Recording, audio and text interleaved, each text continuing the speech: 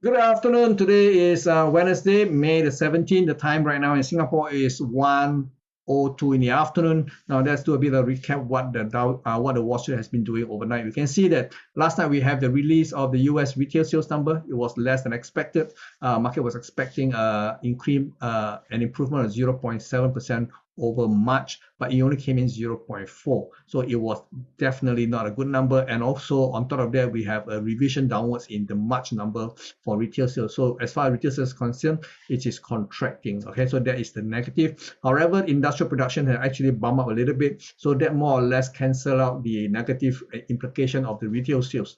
But by and large, you can see the Dow Jones continuing to slide. Okay, now market is very, very close to the month low so far at 32,937.5. Okay, whether it will break remains to be seen. I think the odds are good that it will maybe marginally break this level. At the most, the market may actually decay all the way down to 32,450 points, and that could be a better place to actually consider buying again. Okay, but for the time being, I think we have a bit of a mixed performance among all the major US equity index.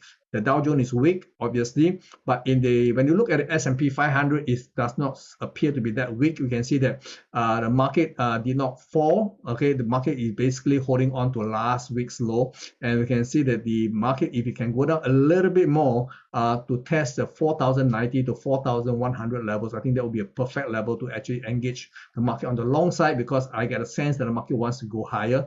And if so, the immediate obvious target will be the month high at 4,186, or even the February high at 4,195. So both these levels could actually act as a immediate barrier to higher prices in the event that it can actually punch through. The market could be gunning for 4,240 to 4,340 levels. So upside looks good for the S&P 500. Obviously, the one that has been the most bullish is the Nasdaq 100. Yesterday, we have another marginal high for the year at 13,498.4. So again, we can see that the market right now is getting very, very close to the last August high at 13,721. Will it take it up? I think it will take it up, and I think the market could be gunning for somewhere around somewhere in between 14,135 to 14,712 levels. So do watch out for this possibility. I think that upside potential for Nasdaq remains very, very evident, as you can see in the chart here. So we got a mixed bag here. We have weakness in the Dow, very firm market in both the S&P 500, especially in the Nasdaq 100. So this is a mixed feeling. Now we can look at Asia market. We can see that the Hang Seng, after rallying to a high of 20,183 yesterday, now this morning has beginning to lose steam. But by and large, you can see that the market here is actually trading sideways between very, very well-defined barriers. The lower support lies in somewhere around 19,500. The upper limits is probably around 20,300. Okay, so you can see this well-defined range. The market has to break out of either of these barriers in order to have new development. So in the meantime, is watch. Do not do anything on the Hang Seng. Now, the one that is obviously charging higher is the Nikkei 225. Now, this morning we have the release of Japan Q1 GDP. On an annualized basis, it is a marvelous number. Market was only expecting an increment of 0.7%. It came in 1.6%. So it's double that amount and then more. So you can see that the Nikkei has actually have a surprise upside, this morning, because this GDP numbers was actually a lot better than market expected. Even on a quarter-on-quarter basis, it was also very, very good. Market was expecting somewhere around 0.1%. Okay, it came in 0.4%, so it's 3 times better than what the market expected, although it is hovering at the zero level. But when you look at the annualized number, that is the kicker here. Now the question here is whether can the market, based on this very good number, continue to surge. The fact that it only managed to go up less than 500 points is actually a sign that it does not have a lot of inherent strength in it. So we'll see what happens. If the market turns around from here levels on the back of very good news,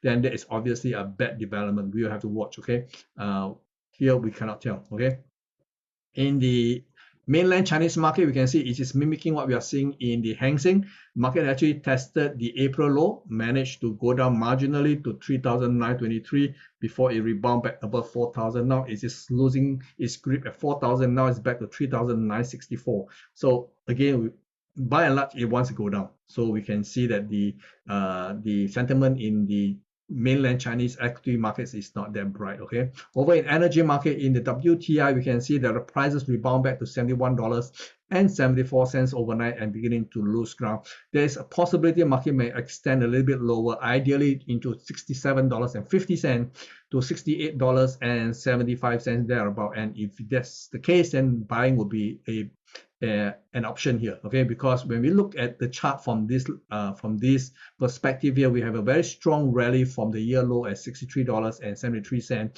and this pullback from $73.83 can be seen as a technical pullback, and the market is probably going to gather some steam to challenge the month high at $76.07 and possibly even higher to test the last month high at $83.49. So upside potential is huge here. Okay, over in the gold market, we can see that gold actually have a continued decline overnight to as low as 1,985.5, and if market can somehow rebound to $2,004 to $2,008, I think that will be the last level to sell, because if you have not already sold, this market become very dangerous to sell as the market continue to trade lower and lower, because my target is probably going to be around 1,947 to 1,966. So very risky, because the time wise we are getting very close to the X date. Okay, so X date, most people think it's going to be June the 1st, in which the US will run out of money. Okay, and if it actually ends up in a default, we're going to see a spectacular explosion in precious metal prices, meaning the market is going to see a very, very large surge in prices. So if you have already sold, well and good, protect yourself. If you're not already sold, it's getting to be a little bit hairy to continue to sell as the market go lower. Okay, so be very, very careful on the background of this possible US default. Okay, over in the silver market, we saw the continued weakness into another low for the week at $23.64. Again, nothing to do here because it is already within the bracket of prices which I think is going to find buyers. Now this area is $23 to $23.73. Upside potential possibly around $24.18 to $24.50. So very little trading opportunity here. So if you can afford not to get involved in silver for time being, stay out of it. Okay, and if you have to get involved, stay on the long side. Over in the dollar, we have a kick up in the dollar overnight. From 102.04 went up to as high as 102.50 last night, and right now the trading just under 102.50, and it is within this bracket of prices that the market could be vulnerable. But based on the rally last night, there could be a situation in which the market may actually go beyond this range and challenge the 102.75, which is the April high. So let's watch if this is going to be the possible thing that it may happen. Now the question here is not that it will breach. The question is what happened after it breached. If the market goes up and couldn't sustain and come back down again in a reversal pattern, selling then is not selling then will still be a good trade. Okay, so this is what I'm trying to say here.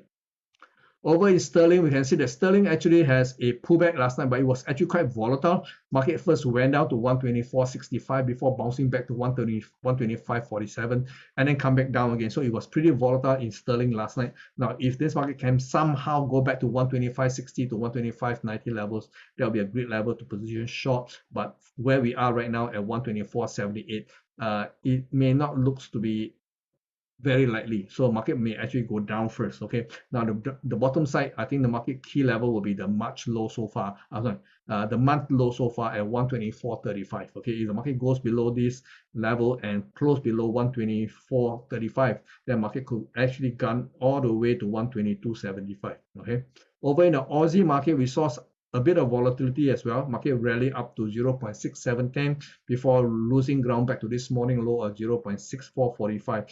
Now this market right now is in this bracket of prices between 0.6626 to 0.6667, which I deem to be more suitable for buying rather than selling. And then top set target here will be 0.6730 to 0.6750. Now, overall, I want to hold short rather than hold long. So if this is going to be a bounce, look for some selling interest within this bracket of prices between 0.6330 to 0.6730 to 0.67 half. Okay. Euro dollar has very shallow rebound, so much so that I think the most you can do is a rebound back to 1.10. Okay, if that's no, sorry, not even that, 1.0915 to 1.0930. So very shallow retracement. If you can get a bounce back into this area of prices, that could be an area of selling opportunity with the immediate target at 1.0790. Okay. Dollar yen looks at one stage to be toppling over, but the market managed to rally back to 136.68 overnight. And based on this momentum, maybe there's a little bit more upside left. If the market can go back to 137.30 to 137.90, that could be a better place to actually look for selling signal.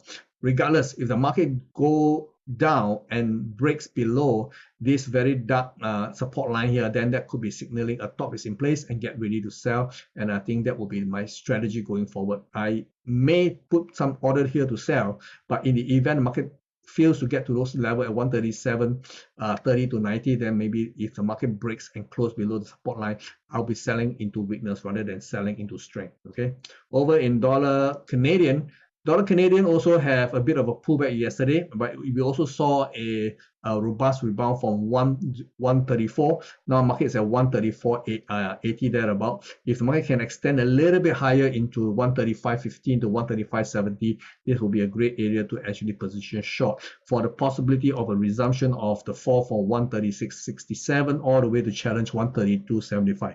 Okay, so this will be a good game plan.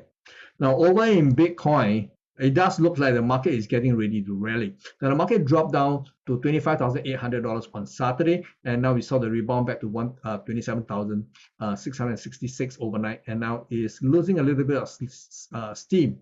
Now this pullback from 27,666 does look corrective in nature, and if it can extend a little bit lower, I've actually placed order to buy between 26,510 to 26,735. So this will be a great level to position buy, because if I'm going to be looking at this trade, the risk reward does look very attractive. If I want to be a little bit more aggressive, I could either put my stop below $25,800, or I'll do a little bit more. I put it below the March low at 24,000. Okay, the low in March was 23,940. So I could actually put my stop just below this level and exchange for the possibility of the market at the minimum to challenge 30,000. Okay, so this will be the immediate barrier, because there are 3 times the market has actually challenged, never quite did it, but the 4th time could be the lucky break. Okay, so if this is the case, I will probably take some profit at 30,000 and then watch how the market performs at 31,000. If the market can also surge past 31,000, then I know the market has a possibility of challenging this level here. Okay, you can see this very faint green horizontal line at 33,000. So this is my game plan going forward. I've actually placed some limit order to buy. Let's see whether it will be done. In the meantime, that's all I have for you. You take care, and I'll see you tomorrow. Bye-bye.